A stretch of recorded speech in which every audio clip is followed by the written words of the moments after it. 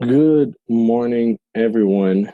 So, to today's call, we're going to be, we've been talking about a few things. We've talked about contracts, we've talked about negotiating, but today I wanted to start talking about the sales process. And a lot of what we're going to do is going to come from Brian Tracy's book, Sales Success. Uh, I've often stated that sales is one of the I believe, one of the most important careers. It's one of the most difficult, but I attribute that to the fact that many sales professionals, or should I say sales participants, have never taken any formalized training on sales. Now, I love this book. It's from the Brian Tracy Success Library, Sales Success. And in it, there are, I would say, about 20 something or 21 chapters. But what we are going to do is we're going to break it down um, to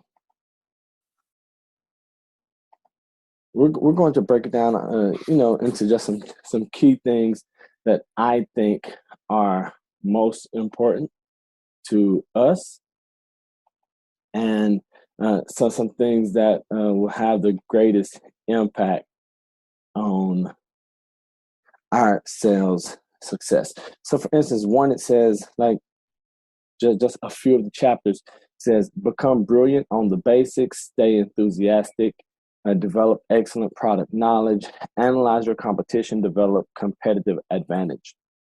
Now, I want to highlight what Brian Tracy says right here early on in the book under become brilliant on the basics. It says there are 7 key results areas that determine sales effectiveness. And it says give yourself a grade from low to high. So 1 will be low and 10 will be high in each of these 7 areas. Remember that a weakness in any one area can be enough to hold you back from realizing your full potential in sales. And these are the 7 results areas. So as I'm reading this, or as you're listening, whether it's live or on the playback, I want you to grade yourself from 1 to 10. The first one is prospecting. Find and spend time with more and better prospects. Number 2, building rapport and trust. Take the time to understand and empathize with the prospect so that he likes you, trusts you, and is willing to discuss his needs and problems with you. Number 3, identifying needs. Ask well formulated and structured questions to uncover the real problems, wants, and needs of your prospect as it relates to what you sell. Number 4, presenting. Move from the general to the particular and show your qualified prospects that your product or service is the best choice for them at this time, all things considered. Number 5, answering objections. Present logical and conclusive answers for the natural objections that most prospects have regarding the price and capabilities of your product. Number 6, closing the sale and asking for action. Bring the sales conversation to a satisfactory conclusion with a closed sale and a signed order or contract. And number 7, getting resales and referrals. Provide excellent follow-up customer service such that the customer is so happy that he buys again and recommends your product or services to his friends. So those are the 7 key results areas that determine sales effectiveness. So I just want to ask you guys, how good or how skilled are you in those 7 areas? Prospecting, building rapport and trust, identifying needs, presenting, answering objections, closing the sale and asking for action, and getting resales and referrals. Now, this book, Sales Success by Brian Tracy, we are going to be diving into it deeply. I believe that it's one of the best books out there for sales. It breaks down a lot of information and, as you can see, a relatively easy read. It's packed with proven techniques, proven processes. For instance, chapter 20 says managing your time effectively. 19 is keep customers for life, provide excellent customer service, ask the customer to take action, handle objections effectively, uh, establish mega credibility. So all of these, this is one of the books behind my success and behind the success of many of the top producers in sales. But the more important than the book itself are the techniques. The techniques are proven. The processes are proven. Uh, they've stood the test of time. It is a solid foundation. So if you do not have Sales Success by Brian Tracy, I encourage you to get it and read it. And then after you read, begin implementing. Now, I just flipped open to chapter 9, Prospect Like a Professional. And one of the things that jumped out said, buying results, not products. People do not buy products or services. They buy results or benefits. So that's what I want you to remember. People don't buy products or services. They buy results or benefits. They buy the change or improvement that they expect to enjoy as the result of purchasing your product or service. So I guess here's an action step that would be great for you guys. Start the prospecting process by sitting down and making a list of all the benefits that a customer could enjoy by using your service in different ways. If you don't know why someone would use you, that's step number one in the prospecting process. Make sure people understand what the benefit is, because like I said, they're not buying a house. They are buying your service first, and then they're buying a lifestyle. So I want you to think about that. But we're going to be going through sales success. Like I said, I believe that it has practical information, practical steps that each of us can benefit from. So that's going to, like I said, we'll dive deep. Go back. This video will be uploaded today.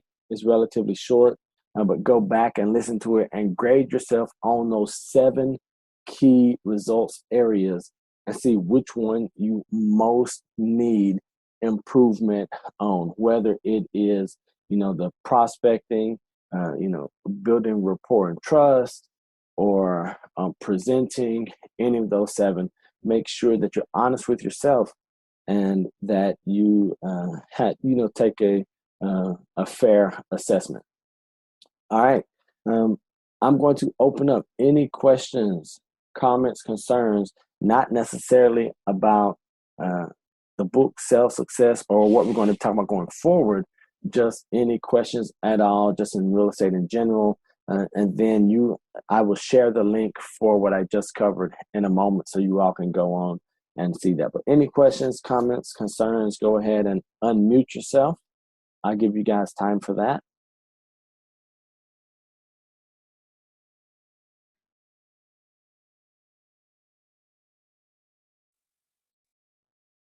Neil, Yes, ma'am.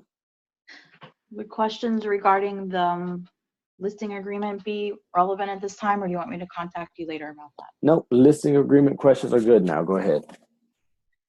So I have a seller that wants to sell a condo and list it for sale and for rent. Mm-hmm. And in reviewing the listing agreement, it's my opinion that it pretty much works the same. I just have to make sure that he understands the commission at the bottom, Mm-hmm. which the seller's commission goes to 10% of the gross lease value. Yes. And then the regular sales commission goes as normal, the 6, 5, and 4. Correct. Now this is written with the way that I like to do rental listings, 10%. Most, now I don't say the industry norm, most people like to do 1 month commission. Okay. Right. And then it is split 50-50. If you want to do 1 month, you can mark through the 10% and then just put 1 month.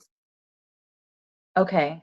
So that's like I said, this is written for it's written the way I like to do my business. Okay. So that's why I didn't leave it blank. But most agents are doing 1 month. Most landlords are comfortable paying 1 month. Um, I always go for 10% just because it's going to be more in my pocket. Okay.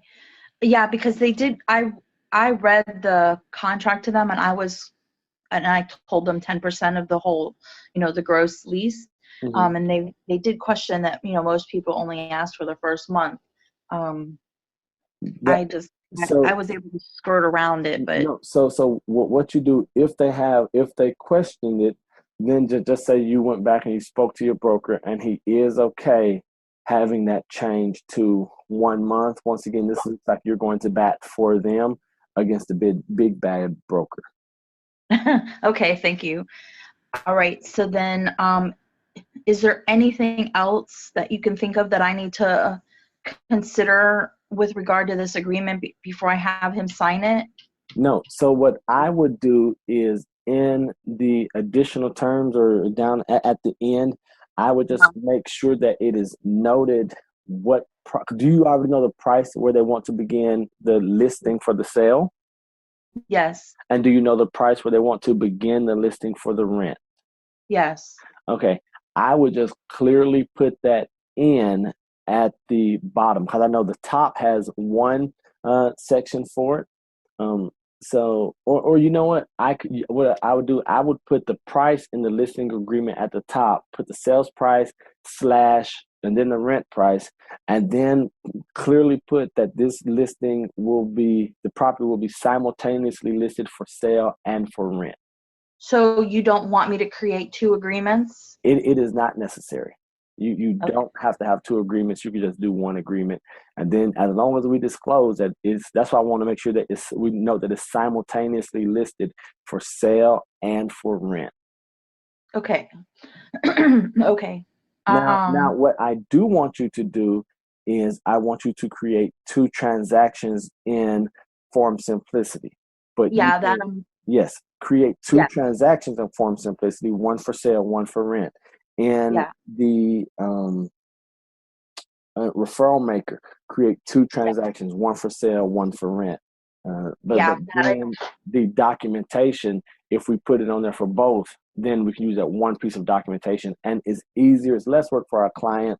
But then if we're ever questioned, it clearly states that it was simultaneously listed. okay. Um, Now my big question is putting it in the MLS.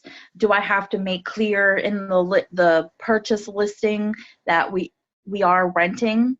No, you don't have to make it clear because in the rental is going to ask for sale, and then you can put Uh, yes. oh, okay. You So you then, you've seen that before. yes, yes, I have. Mhm. Um, and then, so then the only question I have with the rental is I have to make sure I call the association and see what the approval time frame is and how much the application fee is. You want to do that for the sale as well. Okay. Because I mean you still want to know what the approval process is. They may have two different applications. They may have one for sale and one for rent, and they might have Okay. two totally different processes. If they do, you want to make sure you get all of that information up front. Okay. Okay. I think I got it.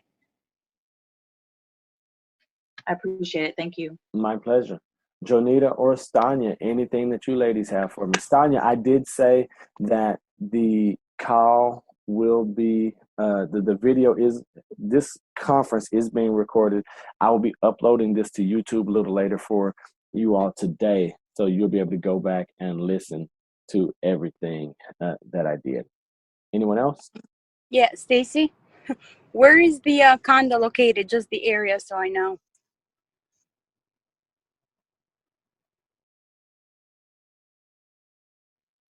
Can you hear me? Yes, we can.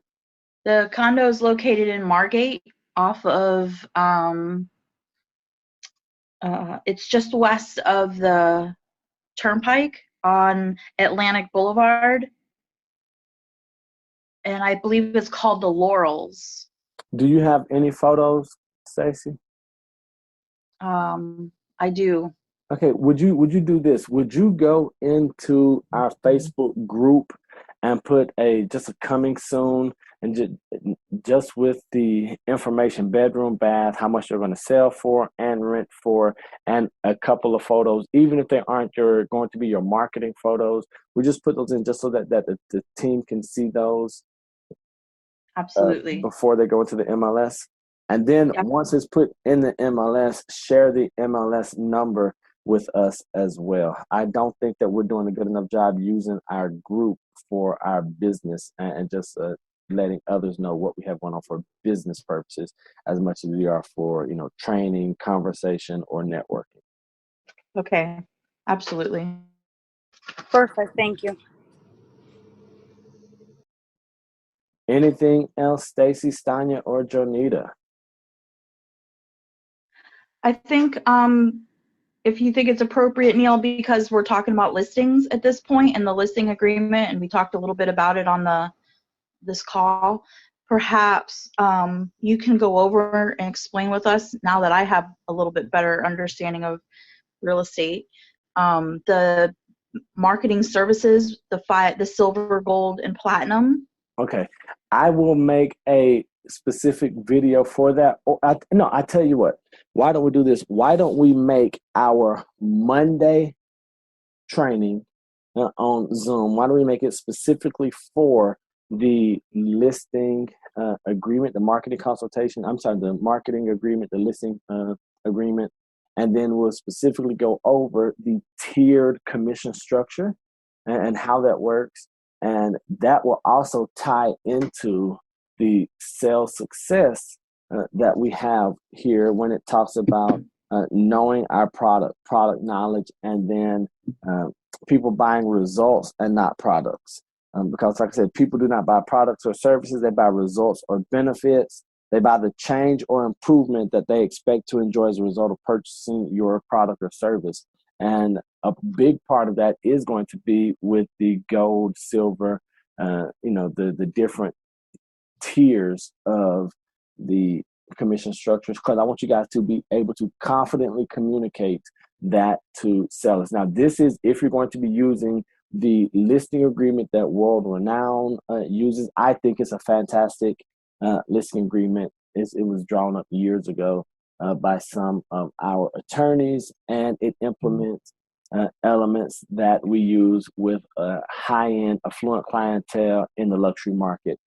And it allows you to differentiate yourself from others who are going to just have one commission and they have to start negotiating commission. It has a way that we protect our commission, but still offers the sellers a way to sell for as little as 4%. So, Stacy, so I will make sure I remind everyone in the group that I think that Monday is a call everyone needs to be on. I'll share this video here in the group, and then I am going to work out something where we have a timeline or a schedule that we will be going through sales success and sharing some tips and best practices for everyone. Sounds good. Anything else from anyone else? All right. If not, don't be average, be world renowned. Have a fantastic day, ladies. Thank you so much for taking the time to get on the call. I will be sending you guys a video later today. Bye. Thank you. Bye. Thank you. Bye. You're welcome.